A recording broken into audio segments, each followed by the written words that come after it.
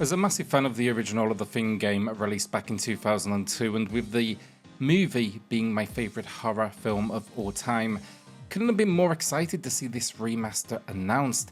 Then the surprise stealth drop release only added to that hype for me, making it an instant must play. But now I'm diving into it on the PlayStation 5 to see if the port work is solid and to really answer the big question: is this a true classic or more of a cult hit that hasn't aged as well as we'd hoped? Let's find out. If you enjoyed today's video, do us a favour, subscribe, it helps out the channel a huge amount. Alright, story in this, it's set shortly after the events of John Carpenter's 1982 film The Thing. Now, The Thing Remastered puts you in the role of Captain Blake, a soldier sent to Antarctica to investigate what went wrong at Outpost 31. What starts as a routine mission, however, quickly spirals into a fight for survival as you face the terrifying alien threat and the lingering paranoia it creates. Along the journey, you'll encounter survivors with their own fears and agendas, with trust and deception taking centre stage. For me, the story here expertly builds on the film's paranoia-fueled premise. Now, there was a prequel to The Thing as well, released in 2011, a movie that received harsh criticism, though transparently didn't think it was all that bad. That said though, I do think the story here is better.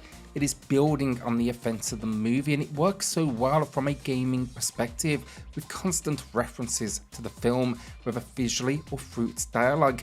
And while yes, the game does lean into action more, which can stretch things a bit too far at times, especially with big set pieces, I still think the narrative here is an absolute blast. One big recommendation though: rewatch the movie before playing, because having that connection adds so much to this experience.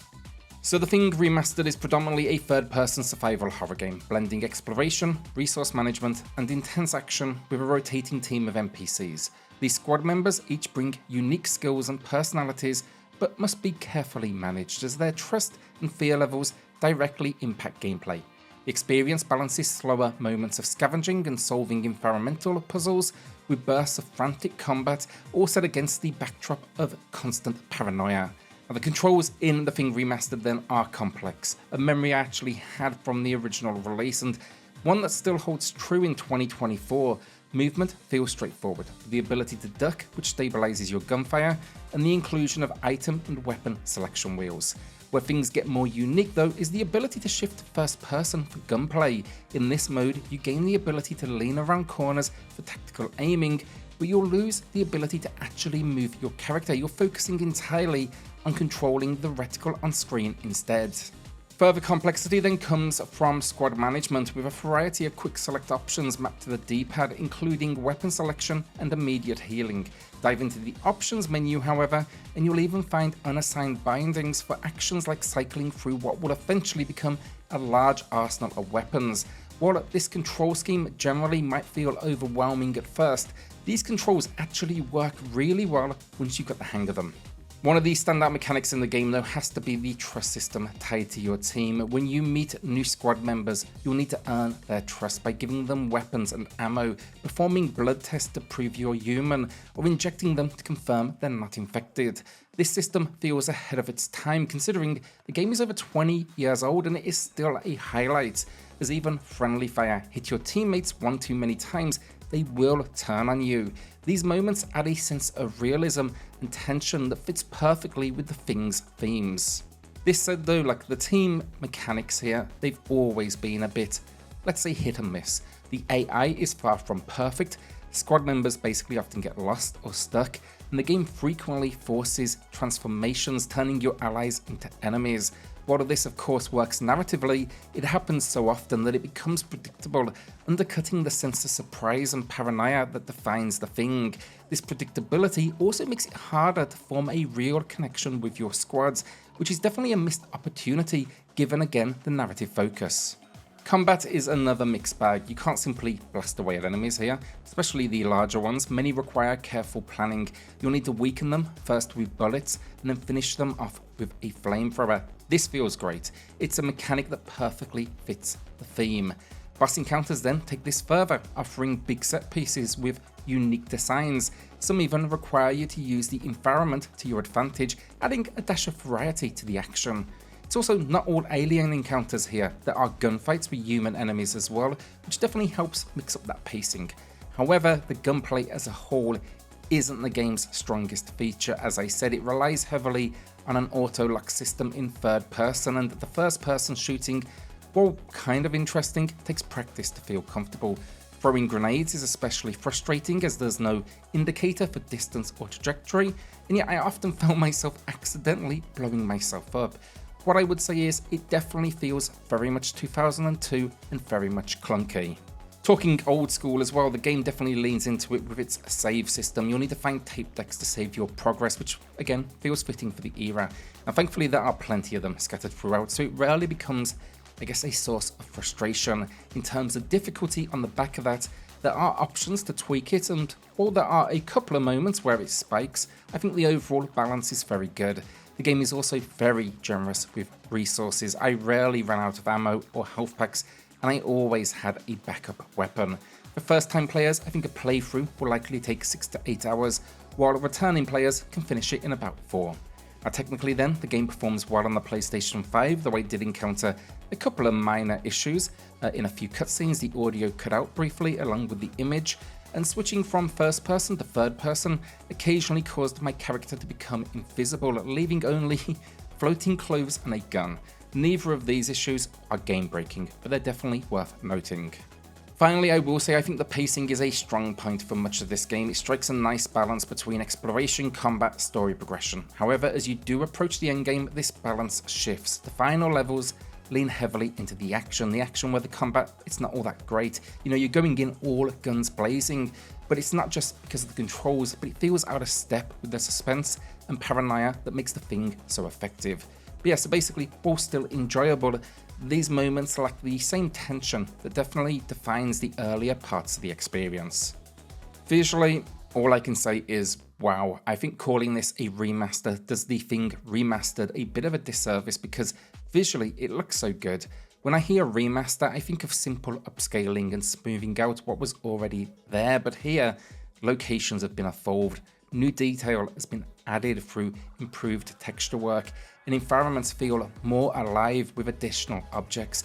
The characters then as well, light years ahead of the original release. Now, is it on par with 2024 graphics? No, but it is a hell of a step up from the 2002 version, and it feels still true to that source material, which I appreciate. It actually kind of reminds me of the recent Tony Hawk's Pro Skater 1 and 2 remaster in the sense that it looks almost exactly how you remember the game, or at least that's how you think you remembered it. The balance between nostalgia and modernization, it's pulled off really well here. Now, I don't have many complaints visually, but there are a couple of, let's say, quirks. Enemies and characters still often clip through objects and doorways, which is, again, true to the original. I also had one moment where I was walking around with my gun raised, investigating a location, only to notice the gun was actually missing in this particular cutscene. You should also know you can't switch back to the original visuals, no doubt because of all of these different changes. These, though, for me are minor nitpicks because overall, the game's visuals here are a winner. The alien designs and the snowstorms in particular, they have never looked better. Another win for the Thing Remastered then is the audio. The music is suitably ominous, perfectly setting the tone for, again, paranoia and dread that the game thrives on and the theme thrives on. The environmental sounds are equally impressive. Those Antarctic winds are just fantastic and really pull you into the harsh, isolated atmosphere. The story then is fully voice acted, though it's fleshed out further with discoverable documents and text via computer systems that are scattered throughout the game. And as for the voice acting itself, look sure it's pretty wooden, a clear sign again of the game's age. But honestly, I find there's some charm in that. It fits the time period and it doesn't detract from the experience. Now, when it comes to the aliens, they sound awful in the best possible way. Their screams and shrieks are dreadful, as they should be. However, the volume here feels oddly consistent, and I think it misses some, dynamics. For instance, you'll often hear these almost massive, horrifying screams, only to find out it's coming from a tiny little enemy you could almost step on. I would have loved the audio to reflect the size and the intensity of the confrontation ahead more accurately. So the final verdict, and I love this game, always have, but I have no doubt that nostalgia plays a role in that, and I hope I've made that clear throughout today's review. There's just something special about the Thing Remastered, however.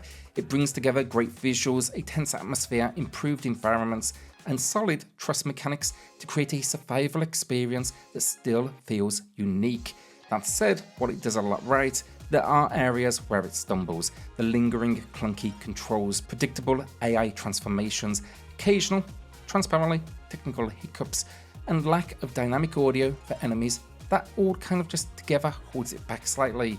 The gunplay as well, again, it just isn't a highlight, and the late game shift to all-out action really strays from what makes the Thing so memorable. On the back of this though, as a whole, I do want to say the remaster, it shows a lot of care for fans.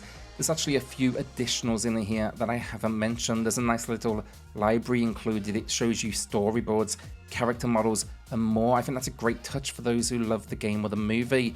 And as for the trophy hunters out there are 12, including a platinum. Now I managed to earn 9 from a single playthrough without focusing on them, making that a nice touch for replayability.